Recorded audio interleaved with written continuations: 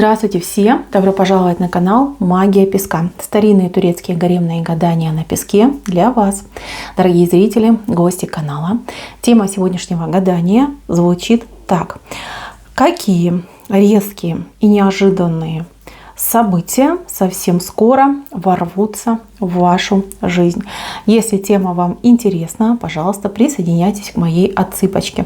Подумайте о своей жизни и подумайте о тех переменах, которых ждете, на которые надеетесь. Мои милые, надеюсь, вы настроились. Я убираю Назар. Прошу я высшие силы дать мне возможность ответить на все ваши вопросы и послать для вас только самую важную, самую нужную и самую полезную информацию. Давайте-ка посмотрим, что же так резко, дерзко ворвется и поменяет вашу жизнь. В чем, когда, почему. Так, мои милые, вы у меня в центре, это замечательно. Оставим эту картиночку на вкусненькое, на сладенькое. Десертик у нас такой будет. Начнем снизу. Внизу я вижу у вас Луну. И Луна при кольце. Причем, может быть, кстати, вот смотрите, да, и два кольца. Выбор между двух партнеров. Выбор между, например, мужем и любовником. Либо выбор в треугольнике. Выбор, знаете, такой уйти, либо остаться, сохранять свои семейные связи, да, быть при семье, в семье, либо что-то в своей жизни менять. Я вижу усталость от того, что вроде как все у всех, да, и все своим чередом, но любви, чувств нет. Либо вы устали ждать любовь и чувства, либо вы, в принципе, их недополучаете. Здесь у вас перемена произойдет. Вот какое-то резкое, знаете, наболевшее, я бы даже сказала, решение у вас случится. Возможно, даже вариант, когда вы просто всех и вся пошлете куда подальше и начнете жить для себя, полной грудью дышать и получать лишь только то, что для вас хорошо, да? Не подстраиваться под кого-то, не выжидать от кого-то, не выпрашивать, не вымаливать, а жить вот именно в своем формате, быть счастливой женщиной, счастливым человеком. Кстати, здесь может быть момент любовных отношений, да, когда вы заведете себе любовника из-за того, что ваш муж абсолютно холодный и не имеет к вам никакого интереса. Либо наоборот, да, вы откажетесь от любовника, который дурил вам голову, пользовался вашей молодостью, вашей красотой и просто тратил ваше время, да, и найдете себе достойнейшего человека. Я вижу, что здесь момент какой-то подмены, замены, но я вижу, что человек, который осуществляет это, он выигрывает. То есть вы в Луне, вы в сомнениях, но буквально, может быть, там неделя, 2-3, ситуация резко поменяется. Вот резкое изменение идет. Возможно, познакомитесь с очень хорошим человеком, с кем у вас там закрутится, закружится. Возможно, придет осознание того, что зря трачу время, не стоит мне убиваться по тому человеку, который меня не выбирает, да? Так бывает, да, это не потому, что вы какая-то не такая плохая, а потому что человек вам попался, например, крайне нерешительный. Мои милые, тут изменение очень положительно идет, и я вам искренне желаю поскорее дождаться этого момента, потому что здесь перелом именно у вас случится, у вас в голове. Нежелание мириться с ситуацией, нежелание принимать все так, как есть, усталость от ожидания. Дальше у вас идет... Смотрите, какая-то посылка, покупка, конверт, пакет. Вот он, видите, у вас внизу вышел. К вашей двери принесут какую-то вещь, либо вы сами принесете, либо кто-то вам принесет. Вещь крайне важная, крайне нужная. И благодаря этой вещи у вас, может быть, даже какая-то гениальная идея появится на вашу жизнь, на ваше будущее, на какие-то перемены. Знаете, купите себе какой-нибудь... не знаю, подушечку красивую в интернете закажете, а потом придет мысль поменять мебель, да, обшивку мебели, либо мебель поменять, либо ремонт даже сделать, может быть, даже переехать, может быть, там где-то в чем-то обновиться. Вот этот момент очень такой для вас идет значимый, стратегически значимый, я бы даже сказала. Дальше, с другой стороны, человек, который нуждается в помощи. У человека в жизни волны. Человек запутался, человек заблудился. Это может быть ваш партнер, может быть ваш знакомый, может быть член семьи, дети могут быть. В любом случае человек от вас отвернут. Человек не желает говорить о своих проблемах. Человек не желает показывать, что у него сложное положение. Но при этом человек тонет. Да? Но я вижу, что вы, вопреки, например, желанию человека, вы его спасете, вы его вытащите. Будет, возможно, отпираться, будет, возможно, отнекиваться, но я вижу, что вы человека спасете. Спасение будет каким-то молниеносным, быстрым, скоростным. Человек, знаете, вас удивит очень сильно. Либо человек может расплакаться и благодарить за то, что вы спасли, помогли, либо человек, ну, прям скажет какую-то вещь, какие-то такие добрые, приятные слова, которые вы, в принципе, никогда не ожидали услышать от этого человека. У вас здесь двоечка перевернутая. Вот два обстоятельства, два события, две возможности переворачиваются. То есть от каких-то двух возможностей либо двух событий вам придется отказаться. Откажетесь вы в пользу человека, который вас за собой поведет. То есть, смотрите как. Вам этот человек идет как помощник, как награда, и этот человек, видите, он оседлал, вернее, запряг ослика, да, и он спахивает землю. Вот видите, ослик такой, и вот за плугом идет человек. И этот человек вам покажет новый путь, новую дорогу, прочистит для вас дорогу, да, вот вскопает для вас поле какое-то, плодородное поле. Этот человек идет вашим учителем, человек идет вашим гуру, наставником, тем, с кого вы будете, например, брать пример, с кем вы будете пополняться, кем вы будете подпитываться, да, и тот, кто поменяет, в принципе, да, ваше мышление, может быть, возможно, ваше отношение к жизни. Человек, наделенный каким-то особым даром проповедника, либо даром внушения, либо даром целителя. То есть человек, войдя в вашу жизнь, ну, я не знаю, там перевернет все вверх дном, но этот переворот, он вынужденный и он необходимый. То есть вам это идет ситуация в благо. Так, дальше. Ну, ослик, как бы понятно, да, много работаете, иногда упрямитесь. Вам об этом обязательно скажет на работе какая-то дама, которая такая, знаете, манерная, вся из себя, строит там из себя. За дамой, скорее всего, стоят люди высокие, она не умом, но другим местом себе, ну, скажем так, место под солнцем нашла. Вы с ней не спорьте, вы с ней не ругайтесь, потому что она крайне неприятная личность, она скандалистка, это ее хобби, ее увлечение. Она любит там пожестить и языком почесать, почем зря. Поэтому, ну, пусть понервничает дальше. Придет ее время. Время обязательно все расставит по своим местам и обнажит все ее, ну, мерзопакостные черты, да, и эта женщина еще поплачется за то, что она там к людям пристает, да, и делает людям гадости, пакости, обсуждает, осуждает и вредит. Потому что она такая, знаете, она очень злая, очень такая коварная и прям такая злопамятная. Вот. Эта женщина, она видит в вас свою конкурентку. То есть вы ее никогда конкуренткой своей не видите, потому что, ну, вы умничка, вы профессионал, вы умная, вы не, извините меня, продажная, да. То есть, а эта женщина, она вот своим одним местом, да, добивается для себя каких-то преференций, хорошего положения, высокой зарплаты, каких-то поездок, каких-то вот прям дорогих подарков. В общем, да, все мы понимаем, как такие женщины называются. Да, она занимается именно этим. И то, что о ней говорят вокруг, это все правда. Даже не то чтобы правда, это какая-то маленькая доля той правды, кто эта женщина есть на самом деле. Так, мои дорогие, не трогайте, себе же лучше сделайте, да, вот ее лучше до поры до времени не трогать. Так, дальше. Здесь у вас еще момент, видите, борьбы и спора идет. В семье, в доме, в отношениях возможен конфликт. Конфликт связан с тем, что один человек не желает уступать другому, хотя понимает, что человек прав. То есть либо, ну, я так понимаю, ваш партнер заупрямится, либо это ваш партнер, муж, жених, парень, либо это ну, кто-то из ваших членов семьи.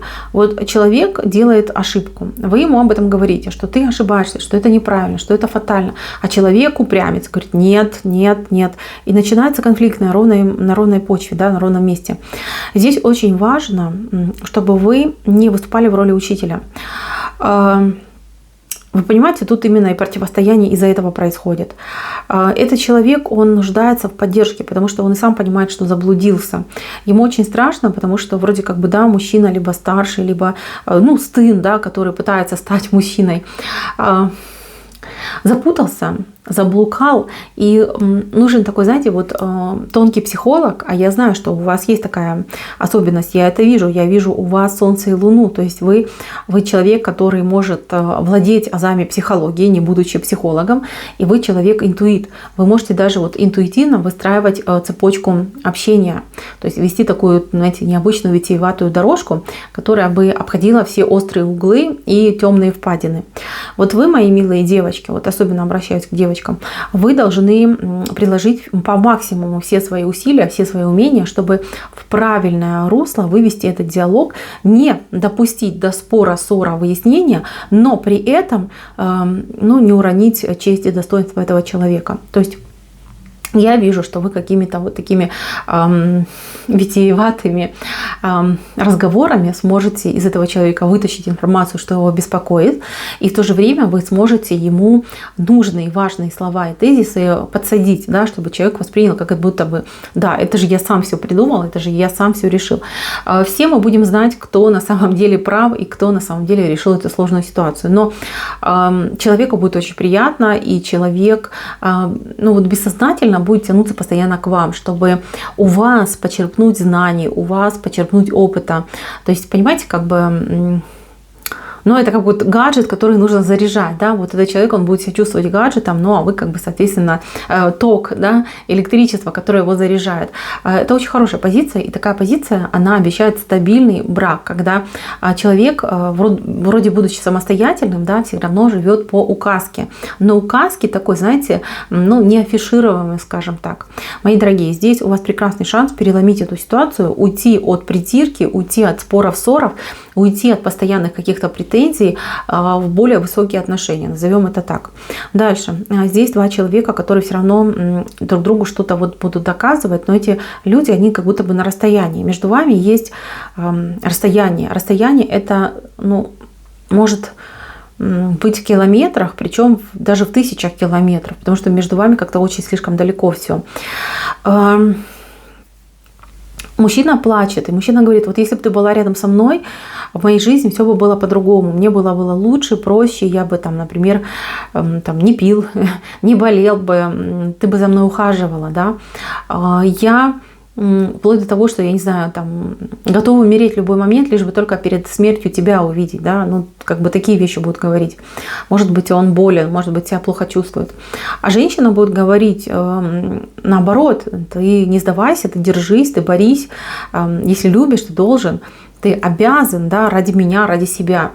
То есть у вас будет какой-то разный подход к ситуации. Человек смирился, человек лапки сложил, да, ему вот хочется увидеть вас, и все, и трава не расти. А вы хотите, чтобы человек был сильный, чтобы он боролся, сопротивлялся обстоятельствам. Мои дорогие, ваш добрый подход, ваш добрый взгляд, он, да, он лечит, исцеляет этого человека, но он его и балует. Этому человеку нужен сильный стимул, то есть ему нужен такой волшебный пендаль, причем такой конкретный, да, чтобы он прям полетел, подлетел. Да. Здесь я предлагаю вам немножечко поменять тактику и подход, то есть вы должны по вот такой даме, да, вот как бы красивая и стильная, вы должны показать человеку, что вы особенная, да, и к вам нужен особенный подход, что вы не намерены ждать просто годами, да, пока человек созреет, либо решит свои проблемы. Поставьте ему ультиматум. Если ты рыцарь, если ты мужчина, борись за меня, соревнуйся, конкурируй, решай свои проблемы, договаривайся, то есть прояви свою смекалку, прояви свою мужественность, свою доблесть. То есть, понимаете, стимулируйте тем, что вы дама сердца, и вы ждете от своего мужчины, от своего рыцаря подвигов. Понимаете, вот так вот ему говорите. Если вы будете жалеть, говорю, ой, мой милый, мой хороший, конечно же, люблю, я бы приехал, я бы то, я бы все. Но он и будет дальше вот млеть в ваших руках. И ничего, он не будет ничего делать. Дальше, мои дорогие, здесь у вас ситуация соперничество между тремя людьми. 3 человека конкурируют и соперничают. Как бы они абсолютно разные. Почему они соперничают, мне непонятно. Но они могут соперничать за внимание одного и того же человека, либо они могут претендовать на какую-то вещь, либо должность, либо положение, либо деньги, либо вот на что-то они претендуют. И знаете, как бы они друг другу улыбаются, они друг другом добры, но при этом каждый из них за пазухой держит какую-то огромную каменюку, готов вот-вот на голову обрушить своему противнику. Вы знаете, вы, если хотите тут победить, то вам нужно уходить из этой конкуренции. Здесь выиграет не тот, кто соревнуется и борется, а тот, кто честно и правильно выполняет свою работу, либо свое дело. Ну, я не знаю, как это правильно объяснить, более доступно. То есть они пусть бодаются, да, а вы работаете честно и открыто, и тогда вы будете в выигрыше. Но если вы будете тратить свое время на бодание, вы ничего кроме бодания и не получите, да, ну шишку набьете. Вот. Приз тогда, да, вот, за который все бодаются и спорят, он доставится там 4-му человеку. Вот такой момент здесь прописан. Еще я вижу здесь ожидание каких-то денег, либо получения каких-то денег. Знаете, ожидание будет достаточно долгим. Почему? Потому что там ошибка закралась вот в расчетах, либо в переводах, кассир ошибся. Человеческая ошибка, человек вот реально тупанул, да, совершил ошибку. И эту ошибку очень долго могут искать, потом будут с этим разбираться очень долго, а получается пострадают обычные люди. То есть у вас такой момент, что вы можете пострадать из-за того, что вовремя не получите ваше. Вам песочек говорит, что нужно обязательно иметь НЗ, да, какой-то запас, какую-то подушку безопасности, чтобы в случае таких вот задержек вы не пострадали. Возможна ситуация, что вы ждете, например, зарплату, чтобы заплатить за кредит, да, и вам задерживают, потому что там ваш бухгалтер ошибся, либо кассир у банка ошибся. И вы же не пойдете в банк и не будете говорить, вот вы знаете, вот такая ситуация, там, не знаю, там Катя, Маня ошиблась, поэтому у меня денег нет, вот как-то так, да. Вы тоже должны принять это к сведению, да, и дать мне отсрочку. Нет, вы должны иметь свой запас. Вы не должны вот прям жить от зарплаты до зарплаты. Мои дорогие, очень важно, вот прям для вас идет послание, что деньги, да, они будут, но вот эта ситуация, вот этот случай, он будет вам в науку, потому что вас хотят научить деньги, во-первых, экономить, во-вторых, собирать, и в-третьих, чтобы вы рассчитывали не только на своих работодателей, но и на себя, на свой ум и на свою бдительность. Вот так вот, мои милые. Так, в центре у нас здесь человек, который будет наслаждаться любовью, отношениями. Смотрите, здесь мужчина приходит к женщине, и мужчина будет женщине предлагать общую дорогу. Дорогу любви, дорогу отношений, дорогу на примирение, дорогу на исполнение. Знаете, здесь ситуация того, что женщина возьмет тайм-аут и будет думать.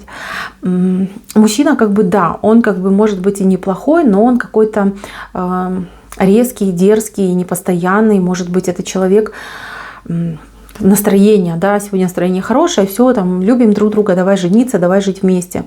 Завтра настроение поменялось, все, у меня все остыло, я ничего не хочу. Давай все переиграем, да, не трогайте меня, я вообще там с друзьями где-нибудь на рыбалке пропадаю. Девушка будет думать, мои дорогие, думайте, конечно, правильно думайте, выбирайте. Я по песку вижу, что человек, он как стрела, видите, вот в его сторону, с его стороны, да, с его стороны сердца идет такая стрела острая. Причем она смотрит влево. Влево, это значит, человек всегда будет таким вот, как есть, не будет постоянным, не будет таким семейным котиком. Это, скорее всего, котик мартовский, который гуляет сам по себе, и любит приключения на свою пушистую попку находить. Поэтому думайте несколько раз, думайте хорошо. Знаете, вот есть такая пословица, да, замуж не напасть, лишь бы замужем не пропасть. Я вижу, что вы девушка хорошая, и не важно, сколько вам лет, но мужчина немножечко лихо идет, да, вот, есть у него такие особенности. Причем он может быть и не молод, да, он может быть зрелым мужчиной, но вот это его не меняет. То есть опыт его жизни на него никак не влияет. Вот такой момент происходит. Этого мужчину нужно просто безумно любить и принимать его любым. Его всякие выходки и его баловство, назовем так. Я вижу, что вы очень ранимая душа, и, скорее всего, это не совсем ваш вариант. Вот. Но при этом я вижу, что вам будет очень приятно, что мужчина так вас добивается. Этот мужчина будет вас поражать, этот мужчина будет делать какие-то, может быть, необычные, сумасбродные вещи, особенно если вы уже такие зрелые люди. Это будет, по крайней мере, очень феерично и очень необычно для вас и для вашей жизни. Мои дорогие, что я хочу сказать? Наслаждайтесь. Наслаждайтесь этим вниманием, наслаждайтесь тем, что мужчина вас добивается. Включите режим королевы. Почувствуйте себя Золушкой, почувствуйте себя самой желанной, самой прекрасной. Сохранитесь в этом состоянии. И я вас уверяю, эта энергия любви в вашу жизнь еще привлечет кавалеров, и у вас перед вами будет огромный выбор. И вы уже будете выбирать достойнейшего. Я вам поскорее желаю осуществить все свои мечты, почувствовать себя самой прекрасной, самой желанной и, главное, самой счастливой. И пусть это чувство с вами останется на постоянной основе, постоянно вас радует, удивляет и восхищает. На этом все. Спасибо всем за внимание. Всем пока-пока.